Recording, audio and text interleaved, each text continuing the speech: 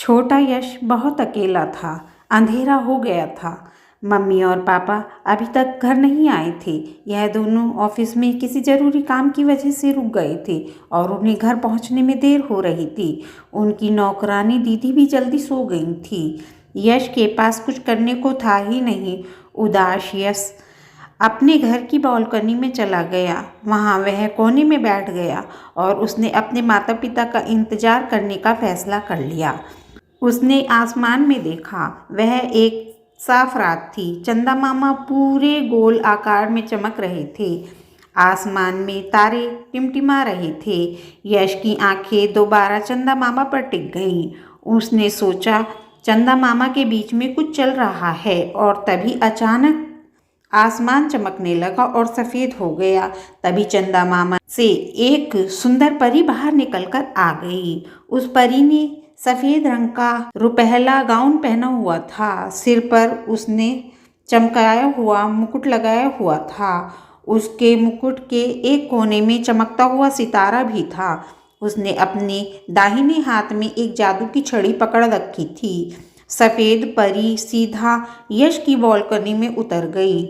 उसने फिर यश से पूछा, छोटे बच्चे तुम्हारा क्या नाम है?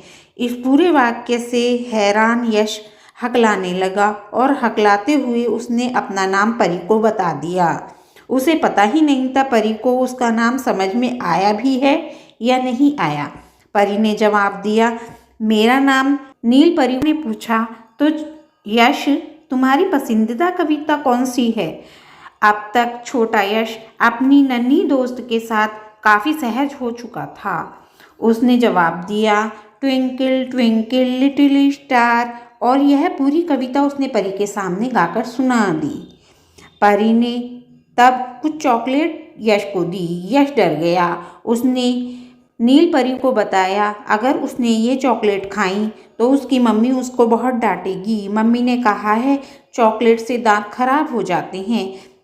नील परी ने कहा, वह सही कह रही हैं। जब आप चॉकलेट खाओ तो आप अपने दांतों को ब्रश कर लो। इससे आपके दांतों में सभी कीटाणु हट जाएंगे। परी की बात को सुनकर यश ने सारी चॉकलेट्स ले लीं। वह दो विचार से जूझ रहा था कि वह चॉकलेट को खाए अथवा न खाए। तभी उसने अपने माता पिता को घर की तरफ आते हुए देखा। वह चिल्लाया, देखो देखो परी रानी, मेरी माता पिता आ गए।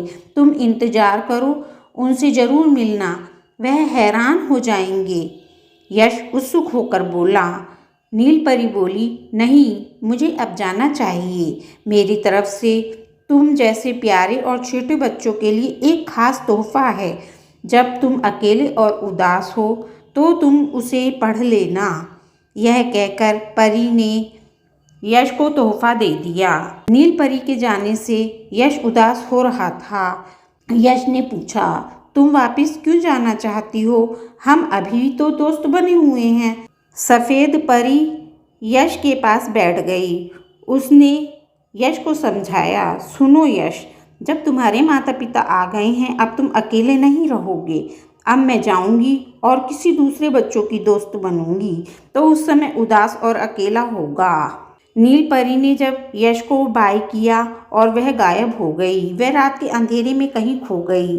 दरवाजे की घंटी बजी। यश दौड़ते हुए दरवाज़ा खोलने गया और उसने अपने माता पिता को अपने साथ कुछ देर पहले हुए घटना के बारे में बताया। परी द्वारा उसे दिया गया तोहफा अभी भी उसके हाथ में था। देर रात अपनी नई दोस्त द्वारा दिए गए तोहफे को यश ने खोला। वह एक छोटी सी किताब थी जिसमें जानवरों के बारे में बहुत सारी कहानियाँ थीं। उसने उसे धीरे धीरे पढ़ना शुरू कर दिया। पढ़ते पढ़ते वह परी के ख्याल में सो गया।